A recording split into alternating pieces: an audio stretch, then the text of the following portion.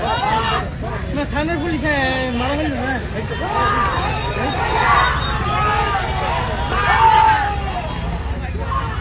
activity shows that the Assam government is not trying to maintain law and order, not trying to do their job as per constitutional provision, and money can buy anything, money can do anything. That is what this government is trying to impose. Also, Muslim Prakton Vidhayok, Prakton Montri, Rokibul Hussain Dangoriat, কিছুমান দুৰ্বৃত্তই ৰাজপথতে আক্ৰমণ কৰিছে আৰু তেওঁক শাৰীৰিকভাৱে অপদস্থ কৰিছে আৰু মোৰ এইখিনি সময়তে এটা কথা মনত পৰিছে যে ঘৃণিত তোৰ অহংকাৰৰ নেতৃত্বাভিমান জনতাই তোৰ স্বৰূপ চিনিছে সাৱধান সাৱধান মুখ্যমন্ত্ৰীক কৈছো যে এই কথাবিলাক যে আমি আজি যে কবিতাৰ এই উক্তিটো আপোনাক দিলো যে আপোনালোকে কেনেকুৱা ধৰণৰ এটা পৰ্যায়লৈ লৈ গৈছে নমস্কাৰ স্বাগতম জনাইছো আৰবি ভয়েস এণ্ড ব্লগছৰ আজিৰ অন্য এক ৰিয়েকশ্যন ভিডিঅ' তো যোৱাকালি সাংসদ ৰকিবুল হুছেইনক ৰাজপথত কেনেকৈ গুৰুকৈ কি আক্ৰমণ কৰিলে এই সকলো ভিডিঅ' হয়তো আপোনালোকে ইতিমধ্যে সংবাদ মাধ্যম বা ছ'চিয়েল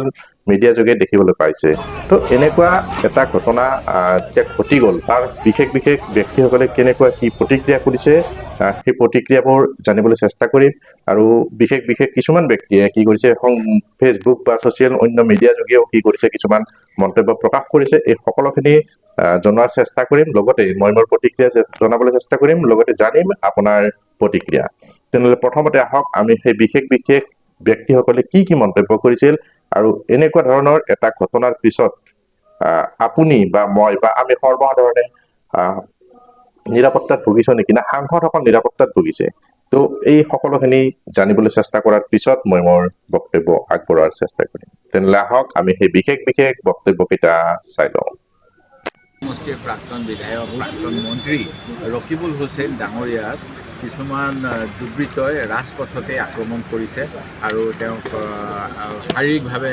অপদস্থ কৰিছে আৰু তেখেতৰ যিজন আৰক্ষী লগত আছে নিৰাপত্তাৰক্ষী তেওঁলোকে বুটকৰো গুলী চালনা কৰিব লগা এনে ঘটনা দিনটোপৰতে হোৱাটোৱে অসম আৰক্ষীৰ যে অপৰাধ সম্পৰ্কে কোনো জ্ঞান নাই এই কথাকে প্ৰমাণ কৰিছে মই এই কথা এইকাৰণেই ক'ব বিচাৰিছোঁ এজন মন্ত্ৰী বা এজন সাংসদ বা এজন বিধায়কে কোনো অঞ্চললৈ গ'লে এই বিষয়ে আৰক্ষীক আগতীয়াকৈ অৱগত কৰে আৰু আৰক্ষীও তেনেকুৱা ঘটনা সম্ভাৱ্য হ'ব পাৰে বুলি যিহেতু যোৱা সময়ছোৱাত এই অঞ্চলসমূহত যথেষ্ট উত্তপ্ত পৰিস্থিতি হৈছিল নিৰ্বাচনক লৈ তেওঁলোকে সষ্টম হৈ থাকিব লাগিছিল কিন্তু আজি দেখা পালোঁ তেনেকুৱা একো ব্যৱস্থা হোৱা নাই আৰু মুখ্যমন্ত্ৰী মহোদয়ে আমাক বিধানসভাত কৈ আছে যে অসমৰ ক্ৰাইম ৰেট কমিছে প্ৰচিকিউশ্যন ৰেট বাঢ়িছে কিন্তু আমাৰ ইয়াতে বহুত এক্সট্ৰা জুডিচিয়েল কিলিং হয় গতিকে মই ভাবোঁ যে অসম আৰক্ষীৰ এটা বদনামো আছে যে ইমান চিণ্ডিকেট হয় আৰক্ষীৰ চকুৰ আগেদি হয় আৰক্ষীয়ে ধন সংগ্ৰহ কৰে অবৈধভাৱে তাৰ কাৰণে হাতখনো মাফ কৰি দিয়ে বুলি বহুতে ক'ব বিচাৰে সেইকাৰণে প্ৰচিকিউশ্যনৰ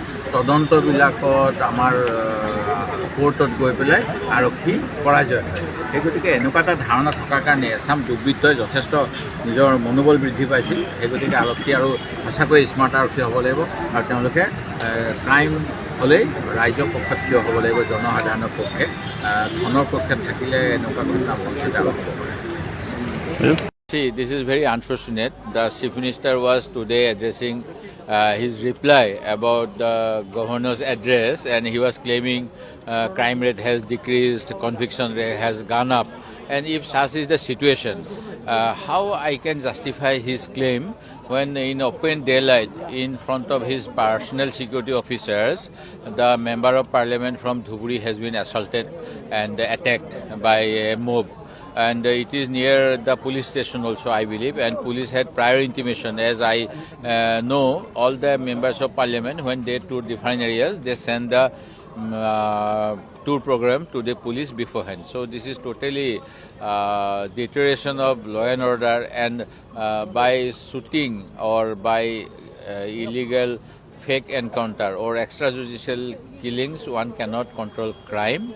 And the police actually has a bad reputation due to ongoing syndicate and all. And people believe that if police is bribed, then they can do anything and everything. And that type of mentality has created criminals here because many people feel that by bribing the administration and all, they can do all injustice, as we have seen in Umrangso also. In Umrangso, you know what happened.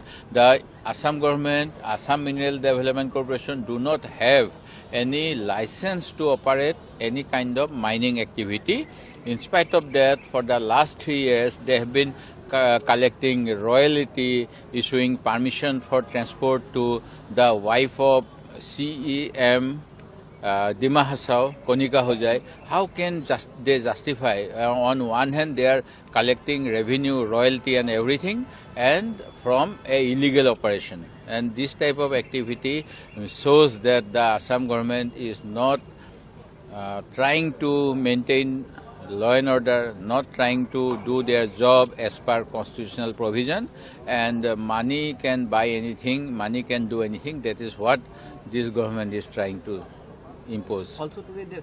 সমষ্টিত দেখিছে আমাৰ ধুবুৰী সমষ্টিৰ মাননীয় সাংসদ ৰকিবুল হুছেইন ডাঙৰীয়াক দুৰ্বৃত্তই মুখত কলা মাস্ক লগাই তেখেতক দিন দুপৰত এটা শাৰীৰিকভাৱে অপদস্থ কৰাই নহয়, ৰকিবুল হুছেইনক বিভিন্ন ভাষাৰে তেখেতক তাত মানে তেওঁলোকে দুৰ্বৃত্তই আক্ৰমণ কৰিছে, শাৰীৰিকভাৱে আক্ৰমণ কৰা হৈছে। পুলিচৰ যি নিৰাপত্তাৰক্ষী আছে, নিৰাপত্তাৰক্ষীক শাৰীৰিকভাৱে অপদস্থ কৰা হৈছে। ই কোন দিশে গতি কৰিছে? আজি মোৰ এইখিনি সময়তে এটা কথা মনত পৰিছে যে ঘৃণিত তোৰ অহংকাৰৰ নেতৃত্বাভিমান, জনতাই তোৰ স্বৰূপ চিনিছে, সাৱধান সাৱধান। মুখ্যমন্ত্ৰীক কৈছো যে এই কথাবিলাক যে আমি আজি যে কবিতাৰ এই উক্তিটো আপোনাক দিলো, যে আপোনালোকে কেনেকুৱা ধৰণৰ এটা পৰ্যায়লৈ লৈ গৈছে। আপুনিয়ে খুব ধুনীয়াকে কয় যে একদম সাংঘাতিক এটা ভয়ংকৰ পৰিস্থিতিলৈ আহি আছে, গতিকে সনাতনী ধৰ্মৰ লৈ পেলাই আপোনালোকে গোটেই কাম কৰিব বিচাৰিছে। কিন্তু মই আজি তাৰিখত কৈছো, আজি সনাতনী ধৰ্মৰ কথা এনি টাইম কৈ থকা মুখ্যমন্ত্ৰীজনৰ, গৃহ বিভাগৰ দায়িত্বত থকা মুখ্যমন্ত্ৰীজনক মই মনত পেলাই দিব বিচাৰিছো, যোৱা সামগ্ৰী নিৰ্বাচনৰ সময়ত 7জনকৈ বিধায়কৰ গাড়ী ভাঙি তছনছ কৰা হ'ল, শাৰীৰিকভাৱে অপদস্থ কৰাৰ ব্যৱস্থা কৰা হ'ল। মোৰ চকুৰ সন্মুখতে কুঁহিয়া আৰু ৰদেৰে গাড়ী ভাঙি তছনছ কৰা হ'ল। আৰক্ষীক যেতিয়া আমি মানে কমপ্লেইন দিছিলো, আৰক্ষীয়ে আমাক দুৰ্বৃত্তক প্ৰটেকশ্যন দি আমাক পলাই যাবৰ কাৰণে আৰক্ষীয়ে আমাক অনুৰোধ জনাইছিলে। অসম আৰক্ষীৰ আজি হাত ভৰি বন্ধা, এই পয়া লগাৰ অৱস্থা। মই আৰক্ষী বিভাগৰ দায়িত্বত থকা সকলোকে আহ্বান জনাইছো, দেখিছে আজি ৰকিবুল হুছেইন ডাঙৰীয়াৰ লগত আজি দেহৰক্ষীকো তাত কোবোৱা হৈছে, শাৰীৰিকভাৱে অপদস্থ কৰা হৈছে, তেওঁৰ পিস্তল কাহিনীব লৈ ব্যৱস্থা কৰিছে। কোন দিশে গতি কৰিছে ৰাজনৈতিক পৰিস্থিতি? মই মোৰ আজি 50 বছৰ বয়সত এনেকুৱা দিন দুপৰত সাংসদক গাত হাত দিবলৈ সাহস কৰা, এনেকুৱা মানে অৰাজক ৰাজনৈতিক পৰিস্থিতি আৰু পৰিৱেশ দেখা নাছিলো। আমি এই ঘটনাক তীব্ৰভাৱে গৰিহণা দিছো। ইতিমধ্যে আমাৰ কংগ্ৰেছৰ বিধায়কসকলৰ এটা দল ৰকিবুল হুছেইন ডাঙৰীয়াৰ বাসগৃহলৈ খবৰ কৰিবলৈ ৰাওনা হৈছে। আমিও ৰকিবুল হুছেইন ডাঙৰীয়াৰ এইখিনি সময়ত তেখেতৰ লগত আমি সন্মুখৰ পৰা তেখেতৰ লগত আমি থাকিম। মই অসমৰ ৰাইজক এটা কথা ক'ব বিচাৰিছো, হিমন্ত বিশ্ব শৰ্মাই আহৈ নিদিলে সামগুৰি সমষ্টিত মুখত কলা মাস্ক মাৰি ৰকিবুল হুছেইনৰ দৰে এগৰাকী সাংসদক গাত হাত দিবলৈ, অপদস্থ কৰিবলৈ কোনো মানুহে সাহস কৰিব নোৱাৰে। আৰু তাৰ যিজন বিধায়ক আছে, সেই বিধায়কজনকো মই এটা কথা ক'ব বিচাৰিছো, বালিলে জীপাত শৰ, সুগ্ৰীবলৈ একেটাই শৰ। যিবিলাক মানুহে তাত ৰকিবুল হুছেইন ডাঙৰীয়াক আজি অপদস্থ কৰিছে, ডিপ্লুৰঞ্জন শৰ্মা ডাঙৰীয়া নাকি লগাওক, এই ঘটনাৰ কিন্তু পুনৰাবৃত্তি আপোনাৰ লগতো হ'ব। আজি উচতাই দিছে, কাইলৈ সেই সকল লোকে কিন্তু আপোনাকো যে তাত দৌৰাই দৌৰাই নিপিটিব, তাৰ কোনো মানে নাই। মই মুখ্যমন্ত্ৰী মহোদয়ক কৈছো, গৃহ বিভাগত ফেইল হৈছে, ল এণ্ড অৰ্ডাৰ সিচুৱেশ্যন আপুনি কণ্ট্ৰল কৰিব পৰা নাই। সামগুৰি নিৰ্বাচনত যেতিয়া বিধায়কৰ গাড়ী ভাঙিছে, তেতিয়াই আমি গম পাইছো যে আপোনাৰ ক্ষমতাই মূৰত ধৰিছে আৰু গৃহ বিভাগৰ কোনো পুলিচে প্ৰটেকশ্যন যে দিব নোৱাৰে, এইটো আমি পতিয়ন গৈছিলো। আজি তাক পুনৰ প্ৰমাণ কৰিলে। এই ঘটনাক আমি গৰিহণাৰ দিয়াৰ সমান্তৰালভাৱে মুখ্যমন্ত্ৰী ডাঙৰীয়াক যিহেতুকে ফুটেজত যিসকল মানুহক তাত দেখিছে, একদম কঠোৰৰ পৰা কঠোৰ শাস্তি আমি দাবী কৰিছো আৰু তেওঁলোকক কৰায়ত্ব কৰি, আপুনি যদি আজি এই সকল কালপ্ৰিতক যদি কৰায়ত্ব কৰি দৃষ্টান্তমূলক শাস্তি দিব নোৱাৰে, অনাগত দিনত বিৰোধীৰ কোনো বিধায়ক বা সাংসদেই অসমত যে সুৰক্ষিত নহয়, ইয়ে প্ৰমাণ কৰে। ইতিমধ্যে দেখিছে ছচিয়েল মিডিয়াত আমাৰ বিভিন্ন ধৰণৰ কংগ্ৰেছ মানুহসকল, কংগ্ৰেছী নেতা কৰ্মীসকলক এটেক কৰিবৰ কাৰণে আপোনালোকে বিভিন্ন পন্থা হাতত লৈছে। সমাজখন উশৃংখল কৰি যুৱ প্ৰজন্মক মতলীয়া কৰি মুখ্যমন্ত্ৰীয়ে যদি ভাবিছে গাদী ৰক্ষাৰ যদি স্বাৰ্থত এনেকে আত্মনিয়োগ কৰিম বুলি ভাবিছে, ই ভৱিষ্যত যুৱ প্ৰজন্মৰ কাৰণেই নহয়, এটা দিনত আপোনাকো আঘাত কৰিব। মই আকৌ কৈছো মুখ্যমন্ত্ৰী ডাঙৰীয়া, আসুৰিক তৃপ্তি যিটো লৈছে আপোনালোকে নিজৰ জিত পুৰাবৰ কাৰণে মানুহক ব্যৱহাৰ কৰি যিবিলাক আপোনালোকে আসুৰিক তৃপ্তি লৈছে, আকৌ মনত পেলাই দিছো যে বালিলে যি পাত হৰ সুগ্ৰীবলৈও একে হৰ। আজি ৰকিবুল হুছেইন ডাঙৰীয়াক যি অৱস্থালৈ লৈ গৈছে, এইসকল দুৰ্বৃত্তই কেতিয়াবা যে ঈশ্বৰে নকৰক আপোনাকো খেদি খেদি প্ৰহাৰ কৰি নকৰিব, তাৰ কোনো মানে নাই।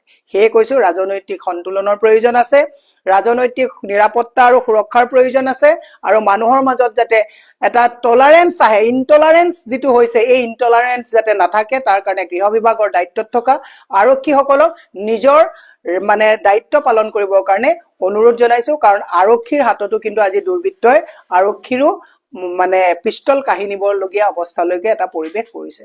এইখিনি কথাই কৈ মই ৰাজনৈতিক পৰিস্থিতি অত্যন্ত ভয়ংকৰ দিশত গৈছে, অসমৰ ৰাইজক সজাগ হ'বৰ কাৰণে মই আহ্বান জনালো। ধন্যবাদ।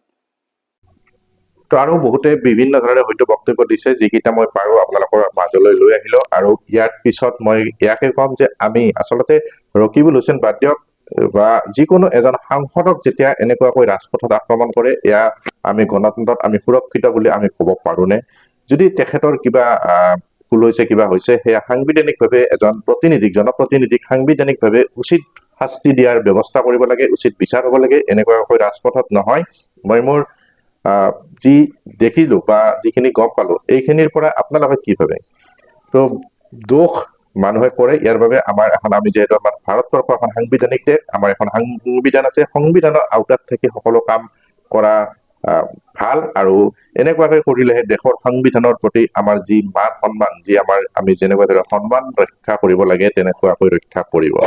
তো এই সম্পৰ্কত এতিয়া দোষীক, যিহেতু এই ভিডিঅ' ক্লিপবোৰ ভাইৰেল হৈ গৈছে, এতিয়া দোষীক চিনাক্ত কৰি কেনেকুৱাকৈ কি ধৰণৰ শাস্তি দিব বা যদি ইতিমধ্যে শাস্তি দিছে, ভিডিঅ'টো আপলোড কৰাৰ সময়লৈকে গম পোৱা নাই, যদি কি শাস্তি দিয়ে সেয়াও ৰাইজৰ মাজত কি কৰক, ৰাজহুৱা কৰক, দোষীক বিচাৰি উপযুক্ত শাস্তি দিয়াৰ ব্যৱস্থা কৰক। এয়াই আমাৰ প্ৰশাসন, আমাৰ মুৰব্বীসকললৈ এয়াই অনুৰোধ। আপুনি কি অনুৰোধ কৰিব দেশৰ প্ৰশাসন বিভাগক? আপুনি নিৰ্ভয়ে দিনত ৰাজপথত এনেকুৱাকৈ চলা ফুৰা কৰিব পাৰিবনে? যদি এনেকুৱা হয়, তেতিয়াহ'লে আমাৰ ভৱিষ্যত কি হ'ব? আমাৰ ভৱিষ্যত কোন দিশে?